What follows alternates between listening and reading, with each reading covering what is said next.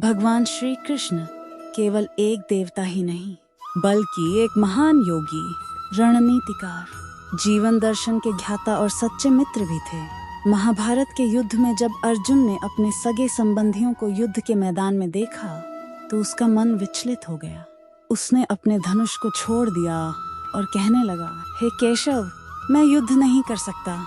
तब श्री कृष्ण ने गीता का उपदेश दिया और वहीं उन्होंने यह महान वाक्य कहा, जो हुआ वो अच्छे के लिए हुआ, जो हो रहा है वह भी अच्छे के लिए हो रहा है, और जो होगा वह भी अच्छे के लिए ही होगा। इसका सीधा अर्थ है कि हमें हर स्थिति को स्वीकार करने की आदत डालनी चाहिए। जीवन में सुख दुख, लाभ हानि, सफलता असफलता, ये सब चक्र की तरह चलते रहते हैं। जब हम किसी घटना को केवल वर्तमान के दृष्टिकोण से देखते हैं तो वह हमें बुरी लग सकती है, लेकिन समय के साथ वही घटना हमारे जीवन की दिशा बदल देती है। महाभारत में अर्जुन युद्ध करना नहीं चाहता था, लेकिन श्री कृष्ण ने उसे समझाया कि यह युद्ध धर्म के लिए है। अगर अर्जुन उस समय पीछे हट जाता तो अधर्म की विजय होती, लेकिन युद्ध के बाद धर्म की पुनः स्थापना हुई और अर्जुन को अपने जीवन का उद्देश्य मिला। श्री कृष्ण हमेशा कहते हैं, मुझे पूर्ण रूप से समर्पित हो जाओ, मैं तुम्हारे सभी पापों का नाश करूंगा और तुम्हें मुक्ति दूंगा। ये आत्मसमर्पण ही जीवन में विश्वास और धैर्य की कुंजी है। जब आप किसी कठिन समय से गुजरते हैं तो यह सोचें, शायद इस दुख के पीछे कोई बड़ी योजना हो जिससे अभी मैं नहीं देख पा रहा हूँ। एक किसान की कहानी। एक गांव में एक किसान था। उसके पास एक घोड़ा था। एक दिन घोड़ा भाग गया। गांव वाले बोले, बड़ा दुर्भाग्य हुआ। किसान ने कहा, देखते हैं। कुछ दिनों बाद वही घोड़ा कई जंगली घोड़ों को लेकर लौट आया। लोग बोले, अब तो भाग्य खुल गया। किसान ने कहा, देखते हैं। फिर उसका बेटा उन घोड़ों को काबू करते समय गिर गया और पैर तोड़ बैठा। लोग बोले, बहुत बुरा हुआ। किसान बोला, देखते हैं।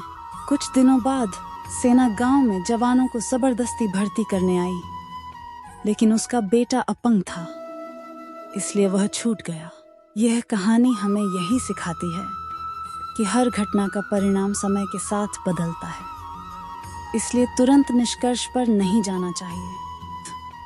यदि आपने किसी परीक्षा में असफलता पाई है तो निराश न हो सकता है कि भगवान ने आपके लिए कोई और बेहतर रास्ता चुना हो।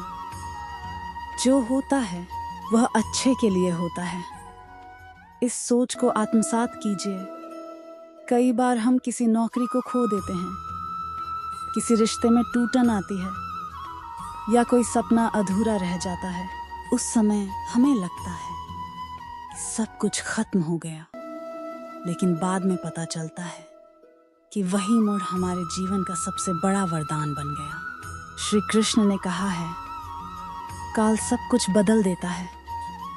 इसलिए यदि आज जीवन में अंधकार है तो यह विश्वास रखिए कि कल उजाला जरूर आएगा।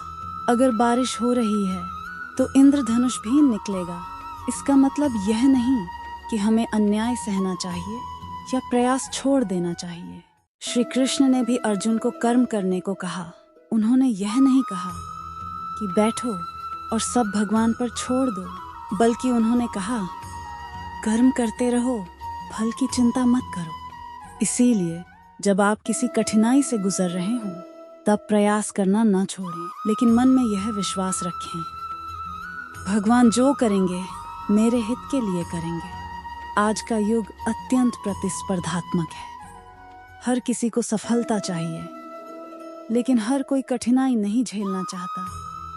श्री कृष्ण का यह विचार, जो होता है अच्छे के लिए होता है, हमें मानसिक शांति देता है, सकारात्मक सोच सिखाता है और धैर्य रखने की प्रेरणा देता है। यह वाक्य हमें जीवन में संतुलन बनाए रखने में सहायता करता है। यह हमें सिखाता है कि बुरे समय में भी मुस्कुराना कैसे है और अच्छे समय में विनम्र कैसे रहना है। मित्रों कौन, अगर आप इस विचार को अपने जीवन में अपनाते हैं तो आप किसी भी परिस्थिति में टूटेंगे नहीं। जीवन की हर घटना, हर संघर्ष, यह सब हमें गढ़ने के लिए होते हैं, इसलिए होते हैं। श्री कृष्ण की यह शिक्षा कि जो होता है अच्छे के लिए होता है, हमें यह विश्वास दिलाती है कि हम अकेले नहीं हैं। हमारे साथ उस परमात्मा की योजना है जो हमें हर स्थिति में कुछ न कुछ सिखा रहा है। इसलिए विश्वास रखिए, कर्म करते रहिए और धैर्य से आगे बढ़ते रहिए। जय श्री कृष्ण।